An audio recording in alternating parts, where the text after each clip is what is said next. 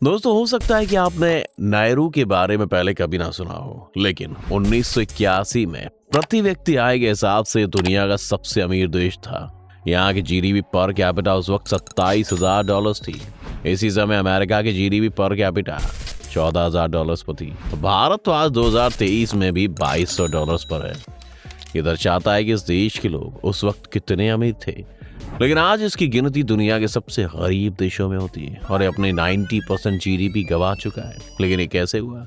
क्या थे वो फैक्टर्स जिसने इसे इतना अमीर बनाया और कैसे वो इसकी बर्बादी की वजह बने? आइए जानते हैं आज की इस वीडियो में, तो अंत तक बने रहिएगा हमारे साथ। लेकिन वीडियो शुरू होने से पहले अगर आप इस चैनल पर नए हैं या आपने अभी तक इस चैनल को सब्सक्राइब नहीं किया है तो चैनल को सब्सक्राइब करना, बेल आइकन दबाना बिल्कुल ना भूलें। नायरू एक आइलैंड कंट्री है जो सिर्फ 8 स्क्वायर माइल के एरिया में फैली हुई है। ये देश इतना छोटा है कि अगर आप 30 की स्पीड में इसके चारों ओर गाड़ी चक्कर लगाएंगे तो 1 घंटे में आप पूरे देश को कवर कर लेंगे। और इस तरह ये दुनिया का तीसरा सबसे छोटा देश है।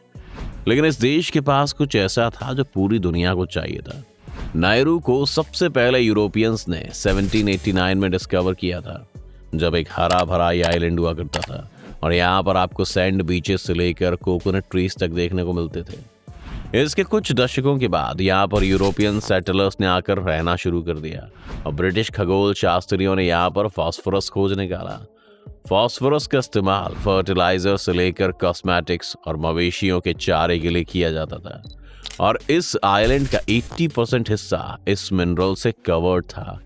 इसके बाद यहाँ के फास्फोरस माइनिंग राइट्स जर्मनी को बेच दिए गए, जिनका उस समय वहां पर कब्जा था और हर साल करीब 80 मिलियन मैट्रिक टन फास्फोरस यहां से बाहर शिफ्ट किया जाने लगा। फास्फोरस इस आइलैंड का मेन एक्सपोर्ट बन गया, लेकिन इसकी वेल्थ यहाँ के लोगों के हाथ में नहीं बल्कि जर्मनी के हाथ में जा रही थी। इसके बाद पहला विश्व युद्ध शुरू हो गया और इस समय का फायदा उठाकर यहाँ पर ऑस्ट्रेलिया ने कब्जा जमा लिया और कॉलोनाइजर की तरह ऑस्ट्रेलिया ने भी यहाँ सस्ते में फास्फोरस खरीद कर न्यूजीलैंड, ऑस्ट्रेलिया और यूके जैसे देशों में पहुंचाना शुरू कर दिया, जिसने इस आइलैंड को धीरे धीरे बर्बाद करना शुरू कर दिया। माइनिंग की वजह से पूरे आइलैंड पर जगह जगह खुदाई होने लगी। अब दूसरे विश्व युद्ध में कुछ वक्त के लिए यहाँ जापान का कब्जा हो गया, जिसने न सिर्फ इनकी फास्फोरस वेल्थ को एक्सप्लॉइट किया बल्कि यहाँ के लोगों को फोर्स लेबर कैंप्स में काम करने को भी मजबूर किया। दूसरा विश्व युद्ध खत्म होते होते यहाँ पर सिर्फ 600 सिटीजन ही बचे थे और जापान की हार के बाद इस आइलैंड को दोबारा ऑस्ट्रेलिया को दे दिया गया। 1945 से 1968 के बीच ऑस्ट्रेलिया ने फिर से अपना कारोबार यहाँ जारी रखा, लेकिन 1968 में आखिरकार नायरू ने अपनी आज़ादी ले ली और ये एक इंडिपेंडेंट देश बन गया। लेकिन इंडिपेंडेंट होने के बावजूद भी इस देश के पास एक ही रिसोर्स था और पूरी उनकी इकोनॉमी इसी से चलती थी। इसीलिए उन्होंने भी फास्फोरस के एक्सपोर्ट को जारी रखा। यहाँ की पॉपुलेशन किसी भी और काम के लिए स्किल्ड नहीं थी।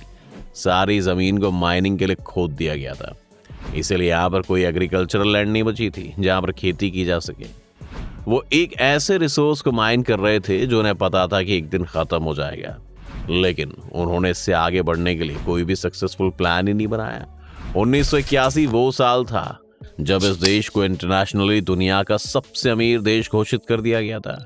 यहाँ के सिटीजन्स ने बहुत जल्दी रिटायरमेंट लेनी शुरू कर दी थी।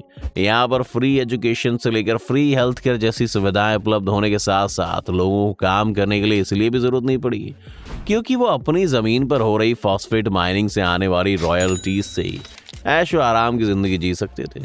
इस छोटे से देश में आपको महंगी से महंगी स्पोर्ट्स कार का दिखना बहुत ही आम सा लगता था। और एक मज़ेदार कहानी तो ये भी है कि यहाँ के एक पुलिस ऑफिसर ने अपने लिए एक लैम्बोर्गिनी कार ऑर्डर की, लेकिन जब वो यहाँ पहुंची तो उसे पता चला कि वो इतना मोटा है कि इस कार में आसानी से फिट नहीं आ सकता। इस स्टोरी से सिर्फ इस देश की वेल्थ का पता ही नहीं चलता बल्कि ये भी पता चलता है कि यहाँ पर एक हेल्थ क्राइसिस भी चल रही थी। ज़्यादा से ज़्यादा लोग अनहेल्दी खाना खा रहे थे और तरह तरह की हेल्दी प्रॉब्लम्स की चपेट में आ रहे थे।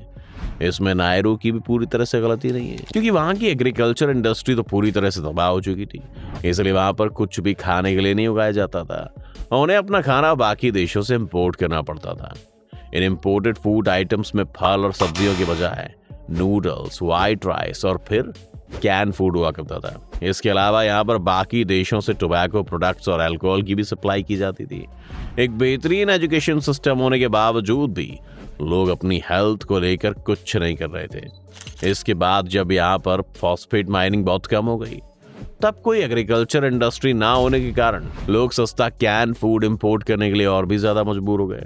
मिडिल ईस्ट के देशों के साथ भी यही प्रॉब्लम हमें देखने को मिलती है कि वहां पर कच्चा तेल तो है, लेकिन उसके अलावा उनकी इकोनॉमी के पास खुद को सस्टेन करने के लिए कोई और रास्ता नहीं है।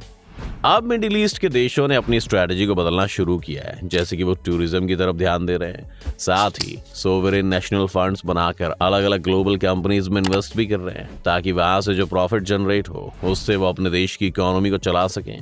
आज दुबई इसका प्राइम एग्जाम्पल है, जिसकी जीडीपी में ऑयल का कंट्रीब्यूशन 1% से भी कम है। ऐसा नहीं कि नायडू ने ऐसा करने की कोशिश नहीं की, कि उन्होंने भी ऐसा ही एक फंड बनाया था, जिससे उनकी कोशिश देश की वेल्थ को अलग अलग जगह पर इन्वेस्ट करने की थी, ताकि फास्फोरस के खत्म हो जाने पर वो इस कमाई से अपनी इकोनॉमी को चला सकें। लेकिन नायडू ने बहुत सारी रिस्की कंपनीज में इन्वेस्ट किया और उनका ये प्लान फेल कर गया। उनकी इन्वेस्टमेंट स्ट्रैटेजी इतनी बुरी थी कि एक वक्त पर इन्होंने लंदन थिएटर के एक म्यूजिकल प्ले में इन्वेस्ट कर दिया, जो कि बहुत ही बड़ा फ्लॉप साबित हुआ। इसके बाद उन्होंने 90s के दशक में अपने गहन पर 400 फॉरेन बैंक्स को ऑफशोर बैंकिंग का लाइसेंस देना शुरू किया और इस तरह से अपने लॉस को डिजाइन किया कि दुनिया का कोई भी आदमी बिना बैंक को विजिट करे यहाँ पर अपना बैंक अकाउंट खोल सकता था और अपना पैसा रख सकता था। इस पूरे सिस्टम का सबसे ज्यादा फायदा मनी लॉन्ड्रिंग के कारोबारियों ने उठाया, जिससे वहां की सरकार को कोई परेशानी नहीं थी, क्योंकि वो भी इसका कुछ परसेंटेज फीस के तौर पर रख लेते थे। लेकिन 2005 में उन्होंने ऑफशोर बैंकिंग को भी बंद कर दिया, क्योंकि पूरी दुनिया स्पेशली अमेरिका की तरफ से उन पर इस इल्लीगल एक्टिविटी को रोकने का प्रेशर बनने लगा। इसके बाद तो हालत ये हो गई कि ना ही इस देश के पास अब मनी लॉन्ड्रिंग का पैसा बचा और ना ही इसके पास फॉस्फोरस की वेल्थ रही। धीरे धीरे ये देश अपनी वेल्थ गंवाने लगा और एक टाइम के बाद तो उनका सेंट्रल बैंक भी दिवालिया हो गया। इनके बहुत सारे फॉरेन एसेट्स को रिकवरी के लिए सीज कर दिया गया और नेहरू ने जहां से शुरू किया था वो उससे भी बुरी सिचुएशन में आ गए। 2001 में इनकी जीडीपी $32 मिलियन की रह गई थी, जिससे इनका एजुकेशन सिस्टम भी कोलैप्स कर गया, क्योंकि सरकार के पास इन्वेस्ट करने के लिए पैसा ही नहीं बचा था। लेकिन इसी साल उनके लिए एक नया रेवेन्यू सोर्स भी खुला। MV टेम्पा नाम की एक नॉर्वेजियन शिप ने 400 अफगान रेफ्यूजीज को एक डूबती हुई शिप से रेस्क्यू किया था। ऑस्ट्रेलिया नहीं चाहता था कि वो इन अफगान रेफ्यूजीज को अपने देश में एंट्री दे, क्योंकि ये भी पॉसिबल था कि उन्हें फिर इन लोगों को नागरिकता भी देनी पड़ती। इसी वजह से ऑस्ट्रेलिया ने इन सभी लोगों को नायरू भेज दिया और ऑस्ट्रेलिया की तरफ से नेहरू को इन लोगों का ख्याल रखने के लिए खूब सारा पैसा भी पे किया गया। जिन हालातों में इन रेफ्यूजीज को रखा गया था वो रेफ्यूजी कैंप से ज्यादा डिटेंशन कैंप्स लगते थे, लेकिन ऑस्ट्रेलिया की यही मर्जी थी और नेहरू ना चाहते हुए भी उन्हें मना नहीं कर सकता था, क्योंकि उनकी सरकार को भी पैसे की सख्त जरूरत थी।